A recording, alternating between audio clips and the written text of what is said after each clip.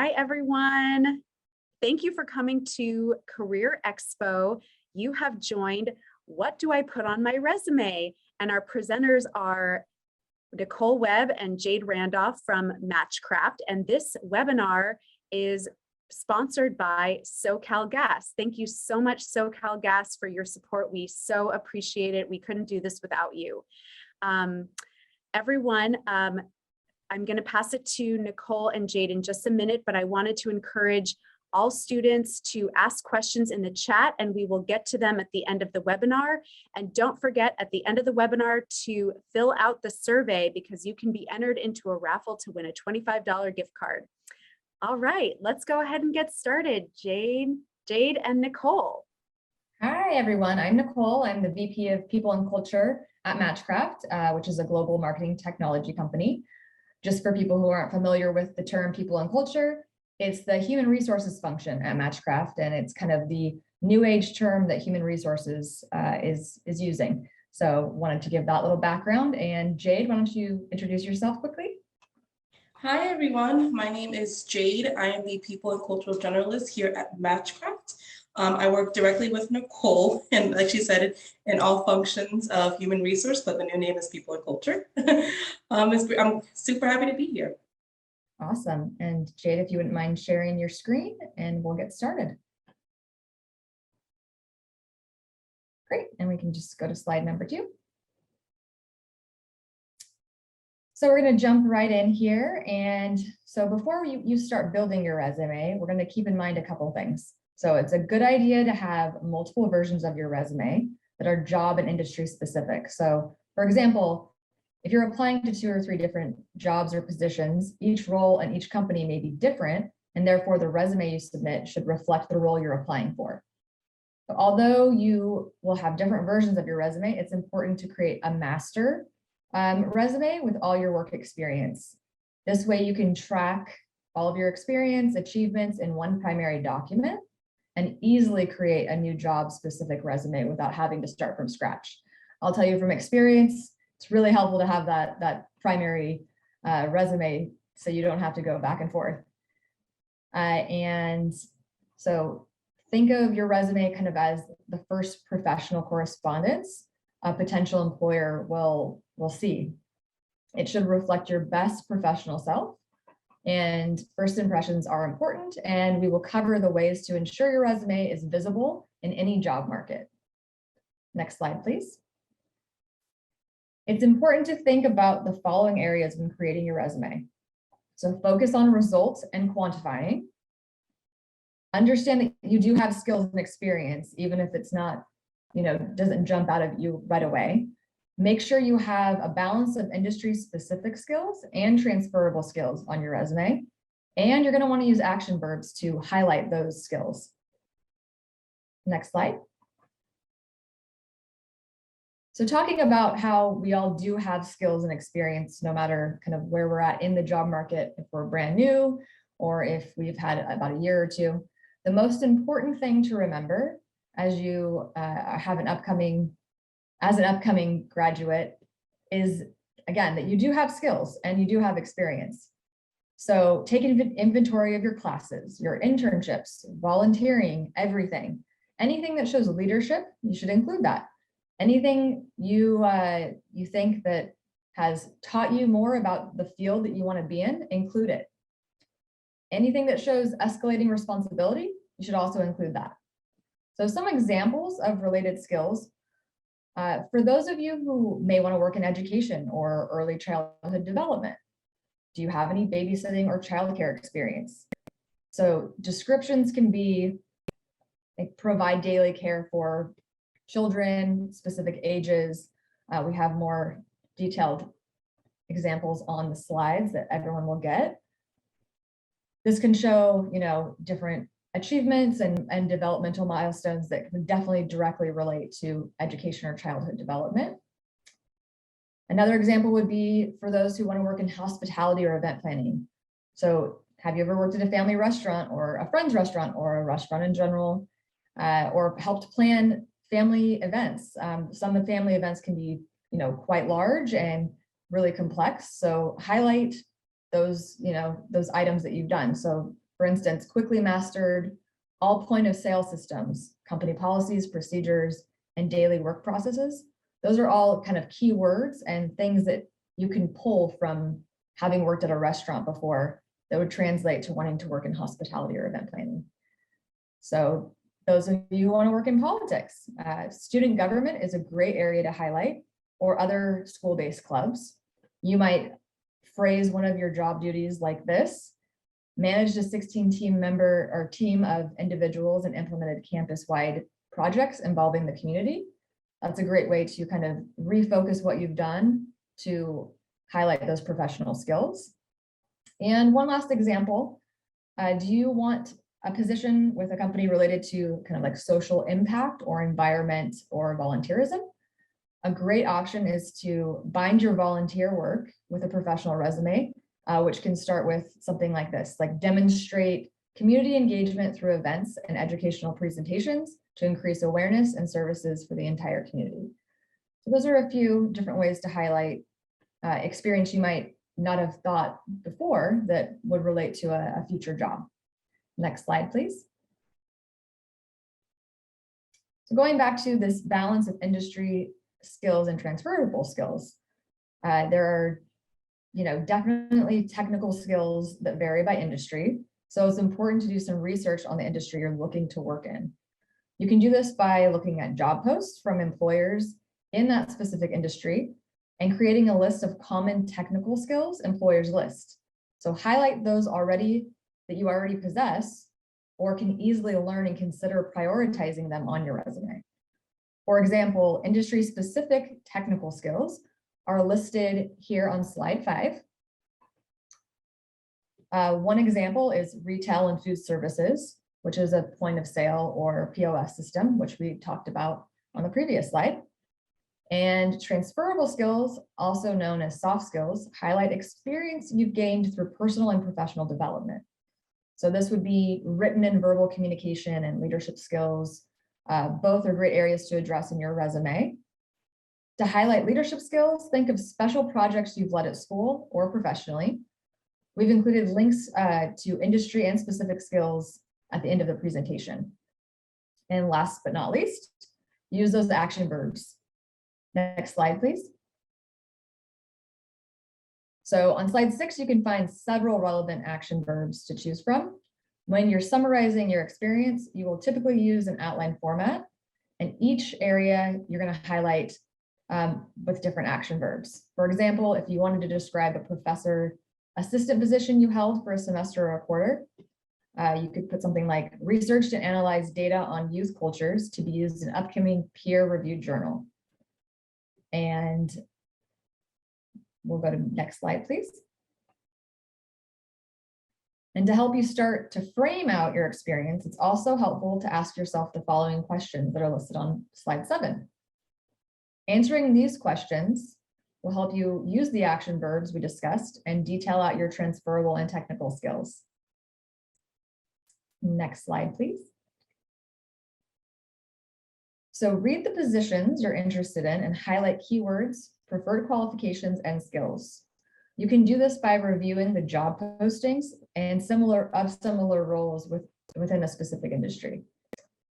You will likely see similar qualifications and skills that you will want to highlight when you're outlining your own experience. You should also consider using similar wording when describing your own experience. This can help recruiters and hiring committees clearly identify your resume as one that fits the needs of their client. And as we wrap up this section, let's run a quick poll to make sure we're all engaged. And now I'm going to hand it over to Jade to cover some formatting. All right, so we will be covering formatting today. There are several options to choose from, but today I'm going to talk about the standard resume format. First impressions are extremely important when applying for a job, and your resume is the first step in being selected from a large applicant pool to move to the phone screen or interview round of the application process. Applying to jobs online can be quick and easy. Technology has made job boards more accessible, but it makes it harder to be visible in a large candidate pool. If you get your resume in front of a real person, most recruiters spend very little time skimming through your resume. So ensuring your resume is clear and organized will help you stand out amongst the rest. Remember, clear and consistent formatting will help those reading your resume find relevant information easily. The order of your resume can vary depending on the industry, career trajectory, and experience. Recruiters place more weight on certain sections that are more significant to the specific position, depending largely on the industry you are applying for. Apologize, I was a little difficulty. So sorry. For example, for business resumes, hard facts and bullet points with clear metrics such as a closed 20 deals over a span of 2 months instead of negotiated sales calls. While for tech resumes, hiring managers want to see 2 things: your programming wheelhouse, meaning languages and frameworks, and your projects. You should include your technical skills in a separate section than your other skills. Your resume will appear much stronger with these kind of specific details. Start with the standard chronological format, starting with most recent experiences. You will adjust as you move along in your career. If you choose to use a template, make sure it is simple and clean. Templates might waste writing space with preset tables or color blocks, and you don't want to do that. If you do want to use a template, Word has template resources built in that are easy to use. This one here is titled Resume for Recent College Graduate, and it already has some ideas for you to start writing. This might be easier when you are working on your first resume. We're going to go in depth with a little bit of name and contact info.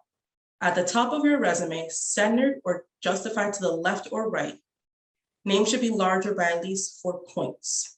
If you have a preferred name, you can include it in parentheses here between your first and last name. Contact information on a single line, separating address, phone, and email with a bullet. You'll want to use margins to be 0.5 to 1 inch, all on the sides of your resume, and pay attention to spacing, including white space between the sections of your resume for easy distinction between sections. Font and color is super important as well. You want to between 10 to 12 point font, and you want a font that is easily legible like Arial or Times New Roman. Use the same font throughout. Black font color is standard and preferred in viewing resumes. Typical items to be bolded: your name and section headings. Your resume should not exceed 1 page. While I go through the resume sections, you should keep in mind that, as I mentioned before, the order of these sections can change. And before we cover this section, let's take another quick poll. So for the header, as mentioned, it's your first and last name, your address, telephone number, and email address. You have the option of career objective, a specific, concise 1-sentence description of the position you desired. Your education should include the name of your college, an expected graduation date, and date you received your degree. As a college graduate, no need to add your high school. And what to include depending on the industry as well. You also want to put your professional experience in chronological order, include the organization you are employed by, location, and dates of employment. Use again bullet points, list the duties you performed and skills you developed while employed there. For any community engagement volunteer experience, again, we're going to use bullet points, outline any volunteer activities, leadership positions, and school clubs you partake in within your school or your community. Core competencies and skills. List any special skills you have, such as being bilingual in any other language than English, knowledge of specific software or programs, and when you list other languages, include the level you can communicate in additional languages: conversational, fluid, advanced, etc. Awards and achievements. List any special awards or scholarships you have earned. List of the key courses you have taken. High GPA and the honors you receive are impressive, but mentioning the practical skills you've learned may help your resume stand out amongst the rest. Don't include your references or pictures of yourself. Companies will ask you for references and will specify how to send them. And unless requested for acting jobs or any other creative field, do not add personal pictures. Companies will also let you know if they would like you to provide a writing sample or other work examples. Do not add them to your resume. Remember to save your files as a PDF file before sending. MS Word might lose the formatting you originally had depending on the version you're using. That might make your resume look completely different. PDF will likely be the picture that doesn't change. Back over to Nicole. Thanks, Jade. Next slide, please. So we touched on writing out descriptions for your experience earlier. However, we thought it was important to reiterate a few points. So remember to think about what task or transferable skill you performed. What or why did you perform this task, e.g. to like fulfill a goal, serve a need, or make your organization company better? How did you perform this task? So what equipment, tool, software program, method did you use? And what was the positive result you achieved or impact you made? Next slide. So this is a sample of a resume of a new undergrad. Oh, sorry, next slide. There we go. So this one is a sample of a new undergrad who is a first or second year college student looking for a job. So this is a great example to refer back to after we go through this great meeting. So make note of the chronological order within the sections, the education section, the section headings, and the professional experience as an example. This could be a great tool when you build your own resume. And next slide.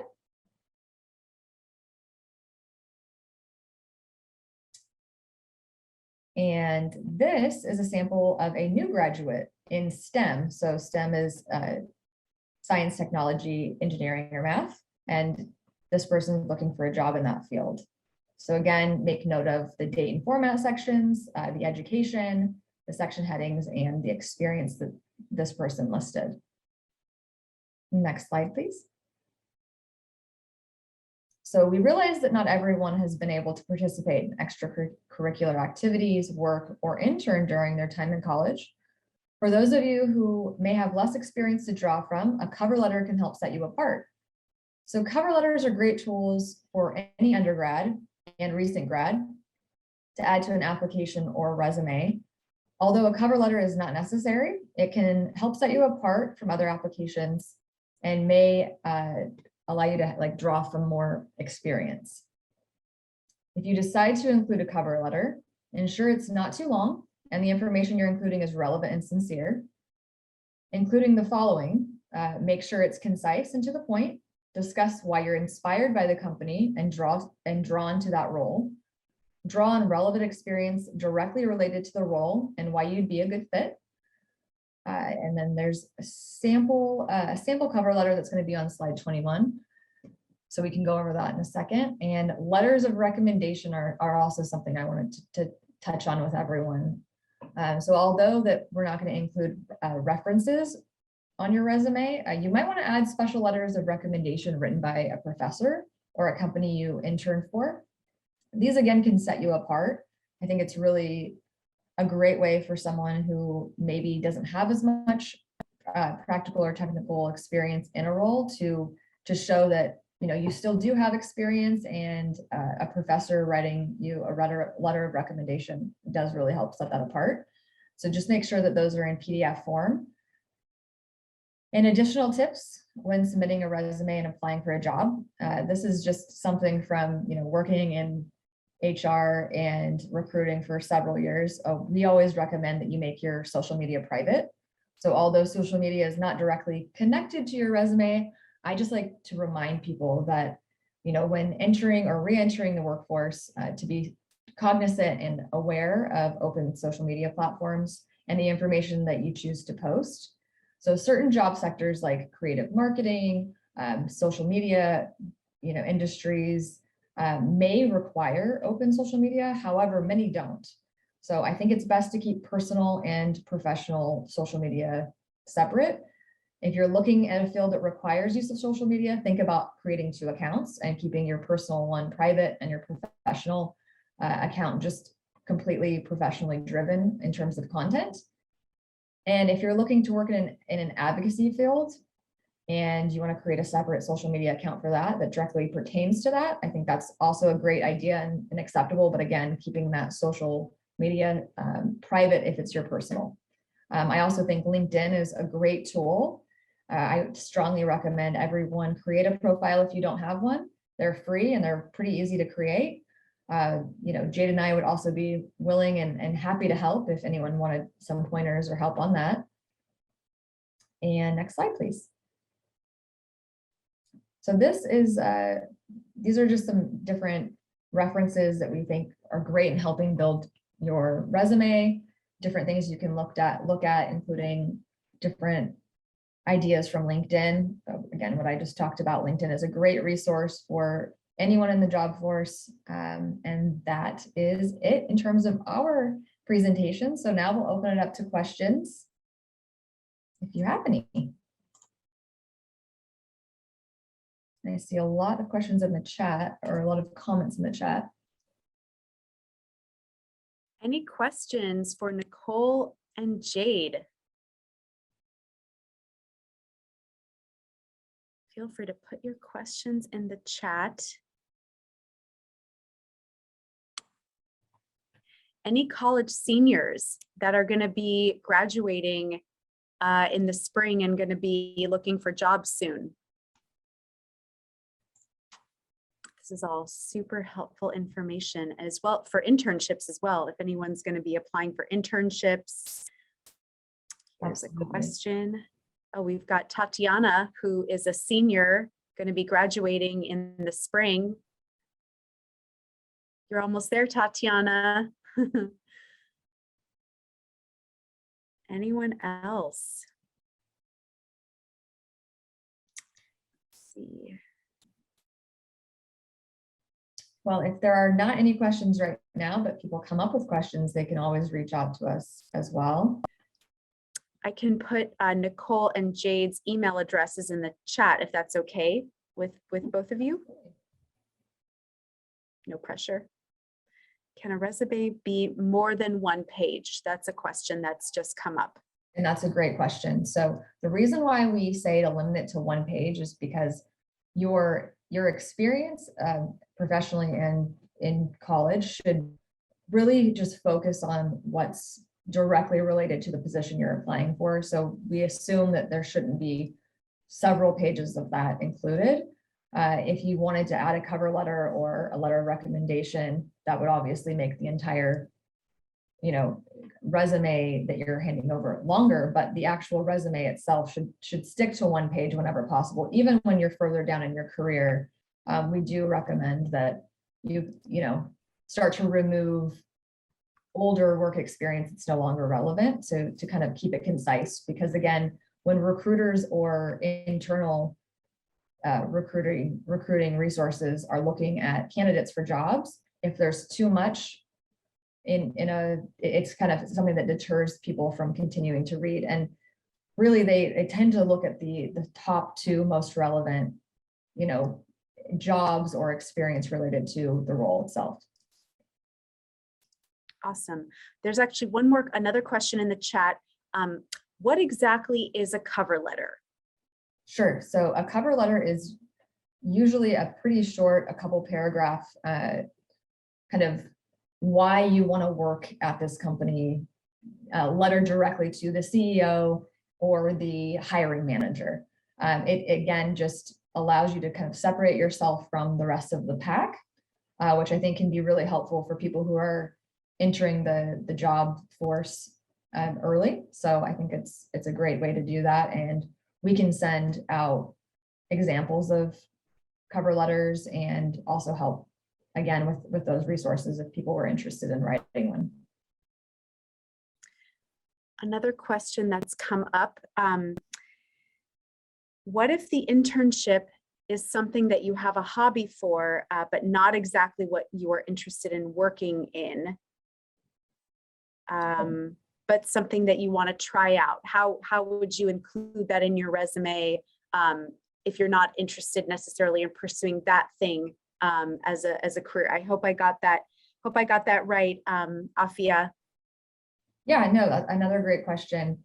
I think anything that you can draw leadership skills from, or again, match skills that pertain to the internship that you had to the job that you actually want is a great way to show the alignment there. So even though it's not necessarily the same field or something you want to go into, there's probably still a lot you can draw from.